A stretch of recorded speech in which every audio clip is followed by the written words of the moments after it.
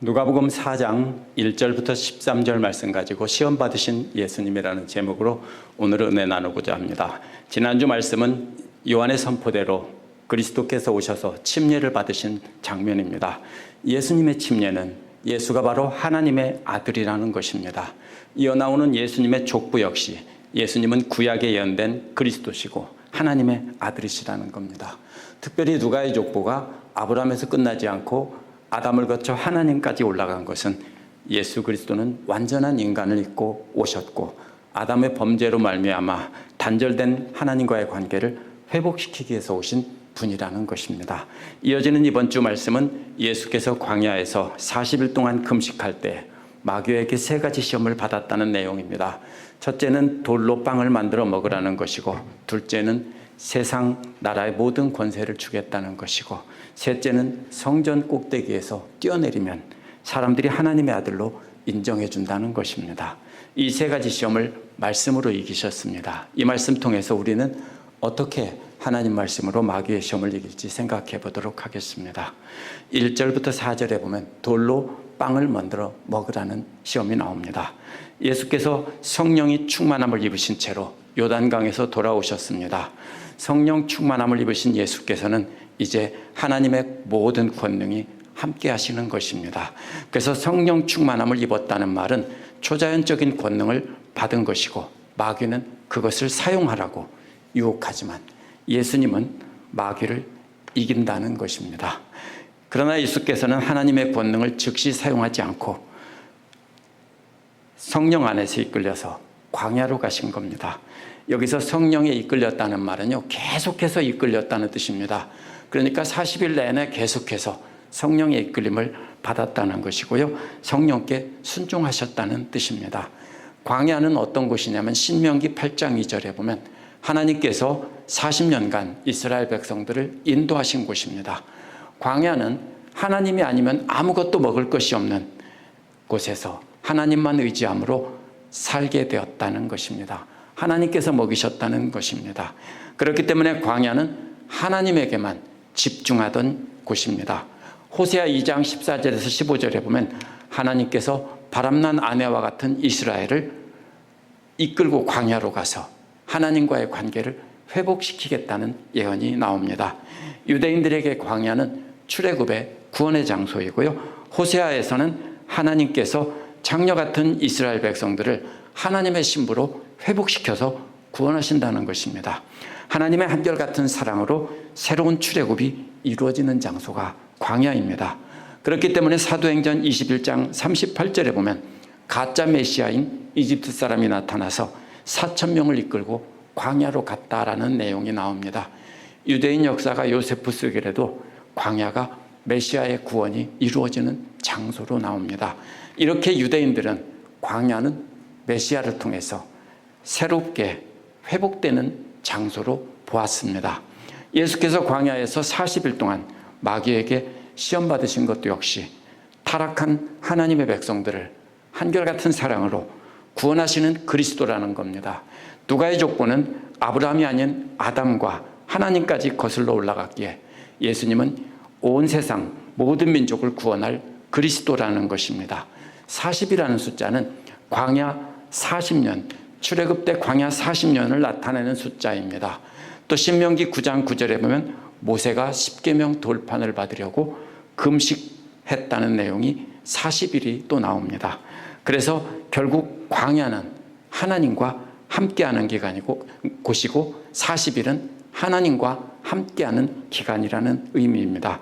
그래서 이는 세상의 편안함과는 단절되고 또 시험을 받는 기간도 동시에 되는 겁니다. 시험을 받는다는 말은요, 계속해서 그 기간 내내 시험을 받으셨다는 겁니다. 금식이 끝난 후에 3번 시험을 받았다는 게 아니라 계속 마귀는 40일 내내 시험했다는 것이고요, 그리고 40일 동안 아무것도 잡수시지 못하고 이제 그 기간이 완성됐을 때 마지막으로 3가지 시험을 마귀는 함으로써 마귀의 시험에 그 정점을 찍었다라는 뜻입니다. 첫 번째 시험은 마태와 누가가 똑같이 돌로 빵을 만들어 먹으라는 시험입니다. 개인적인 욕구에 대한 시험이 모든 사람에게 가장 기본적인 시험이기 때문입니다. 그래서 마태는 두 번째로 성전에서 뛰어내리라는 것을 두 번째 말했는데, 누가는 세상 모든 나라의 영광을 주겠다는 것을 두 번째 말합니다. 왜 그러냐면요, 마태는 유대인들에게 복음을 전했기 때문에 유대인들의 메시아관을 반영합니다. 유대인들은 성전에서 메시아로 인정받는 것이 먼저고, 그 다음에 메시아가 돼서 온 세상 모든 나라를 굴복시킨다는 겁니다. 그래서 유대인은 빵, 그 다음에 성전, 마지막으로 이제 세상 모든 나라, 이렇게 말한 겁니다. 그런데 누가는 이방인들에게 복음을 전했습니다.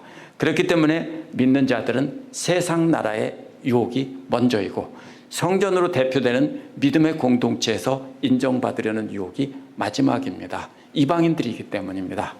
이방인들이기 때문에 나라와 성전이 이렇게 하나가 되지 않은 상태입니다. 예수께서 시장하셨을 때 마귀는 예수께 말하기를, 네가 만일 하나님의 아들이면은 이 돌에게 말해서 빵이 되게 하라는 것입니다. 마귀는 예수님이 하나님의 아들인지 의심한다는 뜻이 아닙니다. 마귀는 만약 예수님과 하나님의 아들이라면 하나님의 권능을 요청할 수 있어야 하고 한다는 것입니다. 그런데 구경꾼이 없습니다. 그렇기 때문에 돌로 빵을 만들어도 아무도 감탄할 사람이 없습니다. 그러면 이것은 사람들이 그것을 보고 메시아를 믿고 따르게 하라는 뜻이 아닙니다. 이거는 하나님 말씀에 순종하는 것보다 자신의 목적을 위해서 하나님의 권능을 사용하라는 유혹입니다. 그래서 하나님의 권능을 예수님 자신을 위해서 사용하라는 뜻입니다. 이에 대해 예수께서는 하나님 말씀으로 마귀에게 대답하셨습니다. 예수께서는 사람이 빵으로만 살 것이 아니라고 대답하셨습니다. 신명기 8장 3절에서 온 말씀인데요, 신명기 8장 3절은 하나님께서 만나로 이스라엘 백성들에게 먹이신 것은 사람이 떡으로만 사는 것이 아니오 여호와의 입에서 나오는 말씀으로 사는 줄을 너로 알게 하려 하는 것이라고 모세가 말했습니다. 따라서 아담 이후에 타락한 인간들이 회복되는 길은 예수 그리스도를 믿고 그분의 입에서 나오는 말씀으로 살아야 되는 것입니다. 그렇게 하나님 말씀으로 산다면 하나님의 뜻에 순종하게 되고 자신의 목적을 위해서 하나님을 이용하지 않게 되는 것입니다. 하나님께서 아무것도 없던 광야에서 그 백성을 먹이신 것은 하나님 입에서 나오는 말씀만으로 살게 하려는 것입니다. 에베소서 6장 17절에 보면 바울은 하나님 말씀을 성령의 검이라고 했습니다. 그렇기 때문에 예수님은 성령이 검인 하나님의 말씀으로 무장하고 마귀와 싸우신 것입니다. 주님께서 가르쳐 주신 기도에서도 하나님의 뜻이 땅에서 이루어지기를 먼저 기도한 다음에 그 다음에 일용할 양식을 달라고 했습니다. 마태복음 6장 33절 34절에서도 보면 먼저 하나님의 나라와 의를 구하면 그 모든 필요한 것은 채워주신다고 했습니다. 하나님의 능력은 우리 자신의 욕심을 채우는 데 사용하면 안 된다는 것이 첫 번째 시험의 교훈입니다. 하나님의 주신 능력을 하나님을 영광을 위해서 사용하면 우리에게 필요한 것은 하나님께서 알아서 채워주신다라는 뜻입니다. 두 번째로는 5절에서 8절은 세상 나라의 모든 권세를 주시겠다는 것입니다. 마귀는 예수님을 이끌고 올라가서 순식간에 세계 모든 나라를 보여주었습니다. 올라갔다는 말은 실제로 예수님을 데리고 산꼭대기로 올라갔다는 뜻이 아닐 수도 있습니다. 실제로 올라갔다기보다는 생각 안에서 예수님을 데려갔을 수도 있고 어쩌면 환상을 보여준 것일 수도 있습니다. 누가복음이 전해지던 당시에 세계의 모든 나라란 전 지구를 말하는 게 아니라 로마 제국의 영토 안에 있는 모든 나라를 뜻하는 말입니다. 그렇기 때문에 마귀는 모든 나라를 예수님께 보여준 뒤 말했습니다. 그것은 마귀가 그 모든 권세와 영광을 예수님께 주겠다는 것입니다. 그 모든 권세와 영광이 마귀 것이라는 말입니까? 하나님 것이 아십니까? 아닙니까? 여기서 마귀가 자신에게 넘어온 것이라고 했는데요, 마귀가 받았다는 뜻입니다. 이것은 무슨 뜻이냐면요, 준 사람은 하나님이라는 뜻입니다. 하나님이 마귀에게 이 권세를 일시적으로 준 것으로 우리가 해석할 수 있습니다. 마치 욥기에서 하나님이 그 욥을 시험하는 권세를 잠깐 주셨던 것과 마찬가지로 해석할 수 있습니다. 마귀는 하나님께서 잠깐 허락한 권세를 가지고 영원한 권세인 것처럼 속이는 겁니다. 3장 21절에서 예수께서는 자신을 낮추셔서 죄인들과 함께 침례를 받으셨습니다. 예수께서는 왕관이 아닌 십자가를 지기로 결정을 하셨습니다. 그렇기 때문에 이 땅의 통치권을 구하는 것은 예수께서 확고하게 거부한 사악함을 경배하라는 뜻입니다. 유대인들은 메시아가 오면 메시아를 기다렸습니다. 하지만 그들이 기다린 메시아는 이 세상의 통치자입니다. 온 세상을 하나님의 능력으로 굴복시켜서 자신들을 잘 살게 해줄 메시아를 기다렸습니다. 유대인들은 이러한 마귀의 유혹에 넘어가 하나님 말씀을 자기들의 탐욕대로 해석한 것입니다. 그래서 유대인들은 마귀에게 속았는데 그 마귀에게 속은 그 메시아가 되라는 것입니다. 그래서 예수께서는 세상의 통치자인 메시아가 되라는 것은 유대인들의 전통적인 개념을 거부한 것입니다. 나는 그런 메시아가 아니다는 겁니다. 빵이 개인적인 탐욕을 채우는 것이라면 세상 나라의 통치권은 이스라엘이 기다리던 메시아가 돼서 이스라엘이라는 공동체의 이기적인 탐욕을 채워달라는 뜻입니다. 채워주라는 뜻입니다. 마귀는 7절에서 만일 예수께서 마귀에게 엎드려 경배하면 이 모든 것이 다 내 것이 된다고 했습니다. 세번역과 개역이 모두가 7절은 절하라고 번역했고 8절에서는 경배하라고 번역했는데요. 원어는 똑같이 경배하라는 뜻입니다. 마귀에게 경배하라는 말이 불편하니까 절하라고 바꿔놓은 겁니다. 원어는 똑같이 마귀에게나 하나님께나 경배하라는 뜻입니다. 예수께서는 기록하였으되라는 말로 시작하면서 마귀에게 대답합니다. 그 말씀은 주 너의 하나님께 경배하고 그분만 섬기라는 것입니다. 이는 신명기 6장 13절에서 왔는데요. 신명기에서는 두려워하라고 되어 있는데 마태와 누가는 똑같이 경배하라고 바꿨습니다. 아마도 아람어로 전해지던 말인데요. 두려워하라는 말입니다. 아람어로. 그것을 그리스어로 바꾸면서 아마 의역을 해서 경배하라가 되었을 겁니다.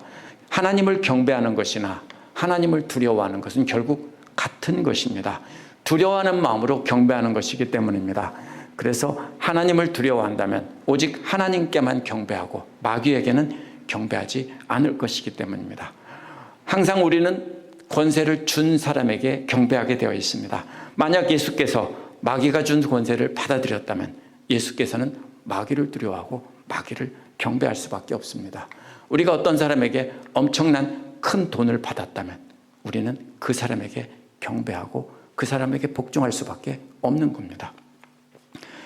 그래서 예수께서는 마귀가 자신에게 경배하면 이 모든 세상 나라의 권세와 영광을 주겠다는 유혹을 하나님만 경배하라는 말로 거부하신 겁니다. 마귀가 받은 세상 나라의 권세와 영광은 잠깐 하나님께서 허락한 것이라는 것을 예수님은 다 아셨습니다. 마귀는 십자가의 고난 없이 온 세상을 다스리는 통치자가 되라는 유혹입니다. 그래서 영원한 하나님만 경배하고 섬기라는 말로 마귀를 이긴 것입니다. 세 번째로 9절에서 13절은 성전 꼭대기에서 뛰어내리라는 것입니다. 세 번째 시험은 마귀가 예수님을 예루살렘으로 이끌고 가서 성전 꼭대기에 세웠습니다. 그리고 내가 만일 하나님의 아들이면 여기서 뛰어내리라고 했습니다. 성전 꼭대기가 어딘지 알 수 없습니다. 그런데 성전 꼭대기는 성소와 지성소의 지붕이라기보다는 거기를 세웠다기보다는 그 성경을 배우던 성전 바깥마당에 그 솔로몬의 그 주랑 길게 지붕만 있고 그 기둥만 있는 곳에서 그늘에서 성경 공부했던 곳입니다. 바로 그 위일 것입니다. 그런데요, 이게 뛰어내리는 게 좀 그렇잖아요. 높이가 별로 안 되잖아요. 그래서 많은 사람들이 그 남동쪽으로는 기드론 밸리 골짜기가 있습니다. 그래서 그쪽으로 뛰어내리라는 뜻일 것이다 라고 설명을 합니다. 그러면 약 45m, 150피트 정도가 됩니다. 그러면 영화의 한 장면처럼 한참 떨어지겠죠. 그런데 이게 문제가 되는 게요, 이것은 사실 성전 마당 안에 있는 이스라엘 사람들에게 보여주는 것인데 성전 바깥에 골짜기로 뛰어내리면은 성전 안에 있는 사람은 땅에 떨어지는 모습이나 받는 모습을 볼 수가 없습니다. 그렇기 때문에 아무리 높이가 얼마 안 돼도 틀림없이 예수님은 바로 그 성전 그 솔로몬의 그 주랑 위에서 뛰어내리라는 뜻일 수 있습니다. 이어서 마귀는 왜냐하면이라는 말로 시작하며 성경으로 설명을 합니다. 마귀도 성경을 인용합니다. 그래서 성경이 기록하기라는 말로 예수님을 흉내냅니다. 마귀는 너를 위하여 명하사 너를 지키게 하실 것이라고 했습니다. 또 11절에 보면 그들이 손 위에 너를 받아서 너의 발이 돌에 부딪히지 않게 한다고 했습니다. 이는 시편 91편 12절에서 인용했습니다. 그러면 우리가 시편 91편에 시편 기록자가 무슨 뜻으로 말했는지를 알아야 됩니다. 하나님만 의지하고 하나님 말씀만 따라 살아갈 때 하나님께서는 어떠한 위험에서도 지켜주신다는 표현이 바로 그것입니다. 그래서 비유적으로 발에 땅에 떨어지지 않게 하실 것이라는 뜻이지 실제로 뛰어내리면 하나님께서 받아주신다는 뜻이 아닙니다. 그렇기 때문에 이 말씀은 절대로 하나님께서 지켜주시는지 안 지켜주시는지 시험해보기 위해서 뛰어내리라는 뜻이 아닙니다. 마귀도 하나님 말씀을 인용했지만 뭐라고 했습니까? 본래 말한 것과는 전혀 다른 엉뚱한 뜻으로 필요한 대로 갖다 썼습니다. 이러한 마귀의 시험은 하나님의 구원 계획을 말씀으로 가르치고 십자가의 길을 가려는 것을 막으려는 것입니다. 예수께서 3년 반 동안 하나님 말씀을 참된 뜻을 가르치고 기적을 통해 그 말씀이 참된 뜻이라는 것을 보여주었지만 대부분은 믿지 않았습니다. 심지어는 제자들까지도 예수님이 세상을 정복할 왕으로 생각하고 예수님 말씀을 제대로 믿지 못했습니다. 그렇기 때문에 예수님의 그러한 가르침과 십자가의 고난의 길은 어려운 길입니다. 어쩌면 예수님의 공생의 사역은 당시에는 실패한 것처럼 보였을 겁니다. 마귀는 그렇게 어려운 길로 가지 말고 쉽게 한 번에 끝내자. 당신 여기서 성전 지붕에서 뛰어내리면 천사가 받아주면서 다치지 않게 하면 단번에 하나님의 아들이라는 것을 쉽게 인정받을 수 있는데 뭐하러 그렇게 어렵게 하냐 이 뜻입니다. 그러자 예수님이 대답한 것이 신명기 6장 16절입니다. 그 말씀은 주 너희 하나님을 시험하지 말라는 겁니다. 이 말씀이 어디서 나온 말이냐면요. 출애굽기 17장 1절에서 7절에서 사람들이 물이 없다고 모세에게 반기를 들었을 때 그때를 회상하며 모세가 한 말입니다. 신명기에서 하나님을 시험한다는 말의 반대말은 바로 17절에 나옵니다.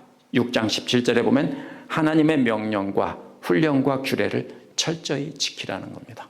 그렇다면 시험하는 것의 반대는 뭡니까? 하나님의 모든 말씀을 철저히 지키는 것이고 하나님의 모든 말씀을 철저히 지키지 않는 것이 하나님을 시험하는 것입니다. 이 모든 그러니까 거꾸로 뒤집으면 하나님께서 철저히 지켜주신다는 걸 믿고 하나님 말씀을 철저히 지키며 그 말씀에 거하는 것이 옳은 길이고 그렇게 하지 않는 것은 하나님을 시험하는 길입니다. 이 시험을 모두 끝마쳤을 때 마귀는 어느 때까지 예수님으로부터 떠나 계셨다고 13절은 말합니다. 어느 때까지라는 말은 작전상 후퇴를 했다는 뜻입니다. 기회를 봐서 좋은 때 다시 온다는 뜻인데요. 어떤 사람은 이것을 가룟 유다를 통해 예수님을 대적들에게 넘길 때 다시 돌아왔다 이렇게 말합니다. 그러나 사탄은 모든 기간 내내 활동하고 있었습니다. 복음서에 기록되지 않았어도요. 사탄은 항상 나옵니다. 그래서 누가복음 22장 31, 32절에서도 예수께서 베드로에게 사탄이라고 했고 또 사탄이 밀가부로도 한다고 했고요. 사탄은 예수님의 사역 기간 내내 노리고 있었고 복음서에 그것을 구체적으로 기록하지 않은 것뿐입니다. 시험에 들지 않게 기도하라고 하신 것도 결국 사탄이 계속해서 노리고 있었다는 뜻입니다. 마귀는 오늘날 우리에게도 동일한 시험을 하고 있습니다. 오늘날도 마귀는 하나님의 능력을 대부분의 세상 사람들처럼 우리 자신의 육신의 욕망을 채우는 데 사용하라고 유혹합니다. 따라서 예수 그리스도를 믿는 우리가 하나님 주신 능력으로 우리 자신의 육신의 욕망을 채우는 데 사용하고 그것을 위해서만 기도하고 살고 있다면 우리는 이미 마귀의 유혹에 넘어간 것입니다. 또 마귀는 오늘날 우리에게 세상 모든 사람에게 높임을 받는 일을 하도록 유혹합니다. 만약 우리가 예수 그리스도를 믿으면서 우리가 세상에서 유명해지고 높임을 받는 일을 위해 목적을 두고 산다면 우리는 이미 마귀의 유혹에 넘어간 것입니다. 또 마귀는 오늘날 우리에게 믿음의 공동체 안에서 인정받기 위해 살라고 유혹합니다. 예수 그리스도를 믿는 우리가 우리 자신이 믿음의 공동체 안에서 인정받기 위해 살면서 하나님의 영광을 위해서 산다고 말하면 거짓말하면 이미 마귀에게 넘어간 것입니다. 왜 많은 그리스도인들이 예수 그리스도를 믿으면서 마귀의 유혹에 넘어가서 자신의 욕망을 채우고 세상에서 높임받고 교회 안에서 인정받기 위해서 살아갑니까? 그것은 바로 마귀가 인용한 하나님의 말씀 때문입니다. 마귀는 하나님께서 말씀하시는 참뜻을 따라 그것을 인용하지 않고 자신이 원하는 좋은 말을 골라다가 인용했습니다. 우리도 하나님 말씀을 우리 자신을 합리화하기 위해서 이용하고 내가 좋아하는 말씀이라고 골라서 받아들인다면 이미 우리는 마귀에게 넘어간 것입니다. 따라서 우리가 가장 먼저 해야 될 일은 내가 원하고 좋아하는 말씀을 골라서 듣는 일을 멈추는 겁니다. 혹시 집에서 빌립보서 4장을 액자에 써놓고 붙여놓고 내게 능력 주시는 그리스도를 통해 나는 모든 것을 할 수 있습니다. I can do everything 한다면은 이게 문제가 있습니다. 마귀의 유혹에 이미 넘어간 겁니다. 우리는 4장 11절부터 읽어야 됩니다. 바울이 뭐라고 했습니까? 어떠한 처지에서도 스스로 만족하는 법을 배웠다며 비천에 처하거나 풍족하거나 어떠한 경우에도 하나님의 복음을 전하는 일을 위해서 자신은 할 수 있다. 적응할 수 있다. 그래서 능력 주시는 분 안에서 어떤 상황에서도 자기가 견딜 수 있다. 이런 뜻이지요. 우리가 하나님을 믿으면 하나님께서 모든 일을 다 하게 해주신다라는 뜻이 아닌 것입니다. 그러므로 우리는 하나님 말씀을 자기 중심적으로 듣는 것에서 멈추고 하나님께서 뭐라고 하시는지 참뜻을 듣는 것부터 시작해야 됩니다. 엘리자베스 엘리엇이라는 여자 선교사가 있는데요. 남편 짐과 함께 에쿠아도르 동쪽에 사는 부족들에게 선교하러 갔다가 남편 짐이 그들에게 죽임을 당했습니다. 전에도 말씀드렸죠. 영화도 The End of Spear라는 영화도 있습니다. 만약 엘리자베스 엘리엇이 자신의 생각대로 행동했다면 그들에게 복수를 계획했어야 됩니다. 뭐라고 기도했어야 됩니까? 하나님 원수 갚아달라고 성경 말씀을 인용하며 하나님께서 원수 갚아주신다. 그러면서 했을지도 모릅니다. 복수하지 않는다고 해도 평생 적대감을 품고 살았어야 합니다. 그녀에게도 그러한 절망과 분노는 분명히 있었을 것입니다. 한번 상상을 해보십시오. 젊은 나이에 가서 남편이 찔려 죽고 자기만 살아남았다면 어떻겠는가? 그런데 그녀는 그 절망스러운 경험을 하나님으로부터 듣는 기회로 삼았습니다. 2년 뒤에 자기 남편을 죽인 사람들에게 선교사로 가서 평생을 헌신했다가 2015년에 이렇게 죽었습니다. 자신의 감정과 생각을 버리고 하나님 말씀을 듣고 그렇게 한 것입니다. 근데 엘리자베스 엘리엇만 그렇게 한 게 아니라 수많은 우리의 믿음의 선배들이 그렇게 한 사람들을 찾아보면 수없이 많습니다. 우리도 예수님처럼 또 엘리자베스 엘리엇이나 수많은 믿음의 선배처럼 내 감정과 생각을 버리고 하나님의 말씀을 듣고 하나님의 참된 뜻에 따라야 합니다. 그러기 위해서는 먼저 하나님 말씀을 자기중심적으로 듣는 태도를 버려야 합니다. 성경을 많이 하는 것이 중요한 것이 아닙니다. 예수님 당시 바리새파 사람들도 성경을 누구보다 많이 하는 사람들이었습니다. 그들의 문제는 자기중심적으로 왜곡해서 읽은 것입니다. 우리는 예수님께서 가르쳐 주신 하나님 말씀의 참뜻을 듣고 예수님처럼 자기 생각과 감정을 내려놓고 힘들더라도 하나님의 뜻에 따라 십자가의 길을 가야 합니다. 기도하겠습니다.